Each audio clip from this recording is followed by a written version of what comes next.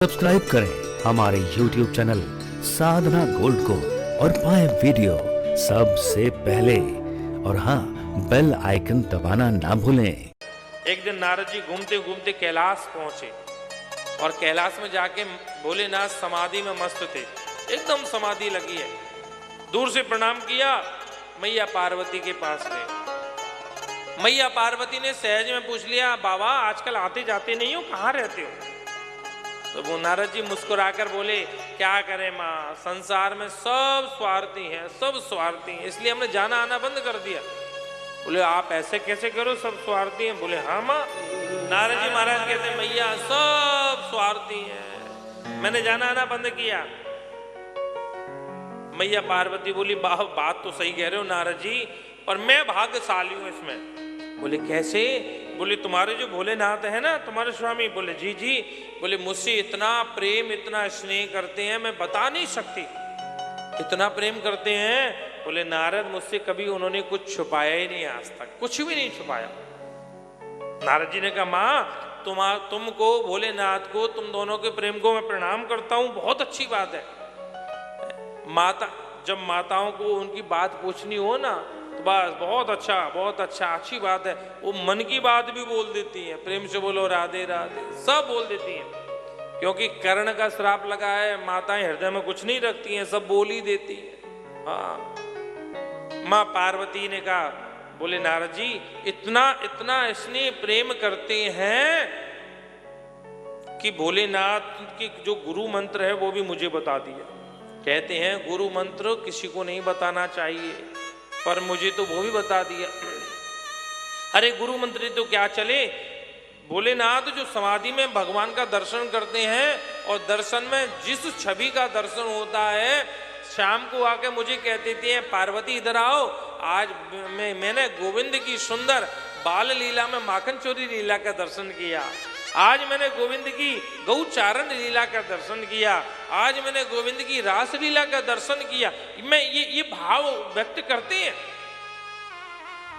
नारद जी ने कहा, अब समय ठीक है माँ, आपसे इतना प्रेम जरूर करते हैं तो फिर तो ये भी बताया होगा उनके गले में जो मुंडों की माला है वो किसकी है? मैया पार्वती ने मन में सोचा, प्रेम तो बहुत करते हैं, सब बताते हैं, पर कभी आज तक बताया नहीं। नारद जी ने कहा, अच्छा माँ अब प्रणाम, हम चलते हैं, समय हो गया हमारा भजन करने का। नारद जी तो चलते बने।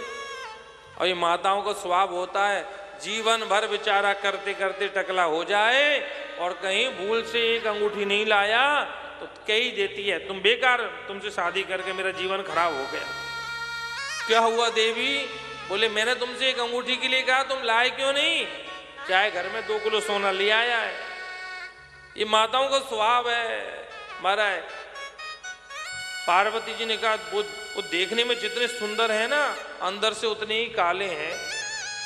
भोलेनाथ कितने सुंदर है मालूम है? कर्पूर गौरम करुणावतारम। कपूर देखा है आपने? कपूर एकदम सफेद होता है, कपूर से ज्यादा सफेद तो हमें लगता कुछ होता ही नहीं है। तो भोलेनाथ का जो रूप स्वरूप है ना, वो कपूर जैसा है, इतने सुंदर है। मैया पार्वती ने सोचा, इतना सुंदर है पर मुझे तो आज तक बताया नहीं ये मुंडों की माला किसकी है। सायंकाल जब भोलेनाथ आए अपनी गुफा में, अमरनाथ की गुफा में, तो मैया पार्वती बैठी मुंह फुलाए। देवी क्या हुआ, हमसे क्यों नाराज हो? बोले नहीं हमसे बात नहीं करो, हम तुम्हें जान गई हैं। क्या हुआ देवी? बोले तुम दिखावा करते हो प्रेम नहीं करते हो हमसे। अरे ऐसा क्या बात है? बोले एक बात बताओ कि ये गले में मुंडों की माला किसकी है? भोलेनाथ ने कहा, देवी तुमसे मैं सच्चा प्रेम करता हूं, उसका ही प्रतीक है ये माला। बोले मैं समझी नहीं। बोले वैसे तो तुम पराम्बा हो, जगदम्बा हो, आदि शक्ति हो, अनंता हो, विश्वेश्वरी हो, पर लीला के लिए जब अपना शरीर त्यागती हो और दूसरा शरीर धारण करती हो, कभी जयंती, कभी मंगला, कभी काली, कभी भद्रकाली, कभी कपालिनी, कभी गौरी, कभी सती बनती हो, तो इतना प्रेम करता हूं कि वो मुंडों की माला मैं अपने गले में पहन के अपने हृदय से लगा के रखता हूं। मैया पार्वती ने कहा, मैं इतनी बार मर चुकी हूं, माला लंबी भोलेनाथ के गले में। बोले देवी हाँ बात तो यही सत्य है कि आपने इतनी बार लीला के लिए अपना शरीर त्याग दिया है। अब तो माँ पार्वती को बड़ी गुस्सा आई। बोले अब तो तुम नंबर 1 की कपटी। बोले क्यों? बोले एक बात बताओ, मुझे क्यों मरना पड़ता, तुम कभी क्यों नहीं मरते हो? प्रेम से बोलो राधे राधे। इतना कहा तो भोलेनाथ के नेत्रों से अश्रुधारा बहने लगी। देवी मैं क्या बताऊं, मैं नहीं मरता हूं, उसका कारण यही है कि मैंने अमर कथा का पान कर रखा है। अब देखो अभी तक तो माँ पार्वती नाराज थी। अब माँ पार्वती ने सोचा अगर मैं नाराज बनी रही तो जन्म मरण के चक्कर से मैं मुक्त नहीं हो सकती। तो देखो शिष्य बन के ही गुरु से कुछ सीखा जाता है।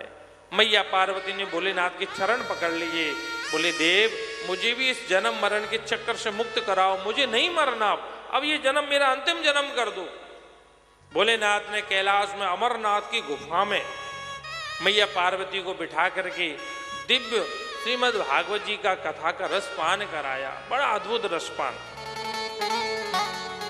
कहते हैं जब भागवत जी की कथा पूरी हुई और भगवान ने जयकारा लगाया, बोल बाल कृष्ण लाल की जय। जयकारा लगती मैया की निद्रा टूटी।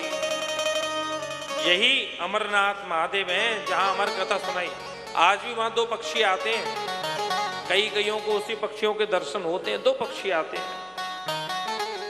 माँ पार्वती हाथ जोड़ के कहने लगी, अरे देव मैं क्षमा चाहती हूँ, मुझे थोड़ी सा आलस्य आ गया था इसलिए कथा थोड़ी छूट गई है। आप ये बताओ ना, भगवान जब स्वधाम गए थे तो भगवान उद्धव से क्या कह रहे थे? भोलेनाथ ने कहा देवी आपने कथा नहीं सुनी पूरी। बोले नहीं पूरी नहीं सुनी। बोले जब आपने कथा नहीं सुनी तो आपके परोक्ष में कथा किसने सुनी? पीछे देखा तो वो जो सुख पक्षी था कथा सुनकर के ऐसा मस्त आनंद में बैठा था जैसे किसी कंगाल की लॉटरी लग गई हो, आनंद आ गया। कहते हैं भोलेनाथ अपने हाथ में त्रिशूल लेकर के मारने के लिए भागे। क्यों भागे? अब मन में शंका होती है ना, भगवान भोलेनाथ ने उस पक्षी को क्यों मार रहे हैं? मारा नहीं, पर सबको दिखाया प्रभु ने कि उसने कथा सुनी, इसका दोष नहीं है, पर कथा पीछे बैठ करके सुनी। ये व्यास गद्दी की परंपरा है। जब भी कथा सुनी जाए ना तो व्यास गद्दी से ऊंची बैठ के कथा सुनी जाए, ना व्यास गद्दी की बराबर बैठ के कथा सुनी जाए, ना व्यास गद्दी के पीछे बैठ के कथा सुनी जाए। जब भी कथा सुनी जाए व्यास गद्दी के सामने बैठ के कथा सुनी जाए। प्रेम से बोलो राधे राधे। अगर शरीर स्वस्थ है तो एकदम स्वस्थ सीधे बैठ करके कथा सुनो। पैरों में तकलीफ है, कुर्सी पे बैठ जाओ, सोफे पे बैठ जाओ, चलेगा, पर व्यास गद्दी की तरफ पैर करके नहीं इस कथा सुननी चाहिए, दोष होते हैं। हाँ बगल से पैर कर लो, जैसी परेशानी हो, ये व्यास परंपरा है।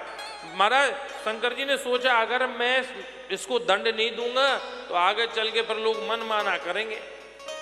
महाराज मान सरोवर से वो पक्षी भागता भागता कैलाश होते हुए, हिमालय होते हुए कहाँ आया? बद्रीनाथ धाम में, जहां व्यास जी का आश्रम था। व्यास जी महाराज अपनी पत्नी के साथ बैठे थे। बीटका देवी, उम्र बढ़ती जा रही थी, बाल सफेद होने लगे। व्यास जी की पत्नी ने व्यास जी से कहा, देव एक बात बताओ, क्या हमें कभी माँ बनने का सुख नहीं मिलेगा क्या? कभी मेरी झोली में भी कोई ममत्व तो आएगा कि नहीं आएगा? मैं माँ बनूंगी कि नहीं बनूंगी? सुखदेव जी ने कहा, देवी भगवान कृपा करेंगे तो सब बढ़िया होगा। इतना विचार ही कर रही थी, उसी समय उन्हें आलस आया, अपना मुख खोला और वो सुख पक्षी धीरे धीरे आकर के और मुख के द्वारा गर्भ में प्रवेश कर गया। पीछे से महाराज शंकर जी आए, अरे व्यास जी महाराज तुम्हारे घर में मेरा चोर घुसा है। व्यास जी क्या बोले? दोबारा बोले गुरुदेव क्या हुआ? बोले तुम्हारे घर में मेरा चोर घुसा है। व्यास जी मुस्कुराए, अच्छा एक बात बताओ प्रभु, आपके पास ऐसा क्या धन है जो आपका चोरी हो गया? आपके पास क्या धन है? जैसे तैसे एक बार मैया पार्वती ने जबरदस्ती करके भोलेनाथ से घर बनवाया, सोने का भवन, और उसकी पूजा करने के लिए रावण को बुला लिया। और महाराज जब तक पूजा में पंडित खुश ना हो, देखो बात यथार्थ है, इसको अनुचित नहीं लेना, किंतु परंतु नहीं करना चाहिए। आपने संकल्प दिया है वो भोगेगा, पर ये गारंटी हम कहते हैं व्यास गद्दी से, आपका कार्य मनोरथ सिद्ध होगा, उसमें किंतु परंतु नहीं। ब्राह्मण कैसे भी हो, ब्राह्मण संतुष्ट होना चाहिए, ब्राह्मण खुश तो सब खुश। कभी भी ये नहीं सोचना चाहिए, ब्राह्मणों के प्रति पूर्ण श्रद्धा रखें, पूर्ण विश्वास रखें। वो जैसे तैसे शंकर जी ने एक घर बनाया सोने का, और ब्राह्मण देवता आगे रावण पूजा करने के लिए। उस समय रावण सबसे विद्वान था, 10 मुख से मंत्र बोलता था, 10 ब्राह्मण की दक्षिणा अकेलो ले जाता हो, जरूरत नहीं कहीं और क्यों देवे की। तो महाराज आत्म संकल्प लिया, पंडित जी आपको क्या दक्षिणा चाहिए, आप जिससे खुश हो जाओ। तो रावण ने कहा, बोले बाबा एक बात बताओ, या घर को आप क्या करोगे? बोले हम तो कछु ना करेंगे, बाहर बैठ के भजन करेंगे। तो एक काम करो, या घर को गृह प्रवेश मेरे ही करा दो, प्रेम से बोलो राधे राधे, ये घर दान में हम ही दे दो। व्यास जी कहने लगे, महाराज ये घर जीवन में बनाया, वो भी लंका रावण को दे दी, अब तुम्हारे पास क्या है जो चोरी हो गया? तो कहते हैं मेरी अमर कथा की चोरी कर ली है इस पक्षी ने। बोले कहाँ है? बोले तुम्हारी पत्नी के गर्भ में। तो क्या महाराज व्यास जी महाराज ने कहा, बोले महाराज आपकी जो अमर कथा है वो क्या करती है? बोले अमर कर देती है। बोले एक बात बताओ, जब ये पक्षी अमर हो गया तो मरेगा कैसे? बोले नाथ ने कहा, ये तो हमने सोचा ही नहीं। बोले अब आप कैलाश पधारो प्रभु, अब जिसको जहां आना था आ गया। कहते हैं वही माँ बीटिका के गर्भ से 12 वर्ष बाद इनका प्रादुर्भाव हुआ और सीधे वन की ओर चले गए। बोल सुखदेव जी महाराज की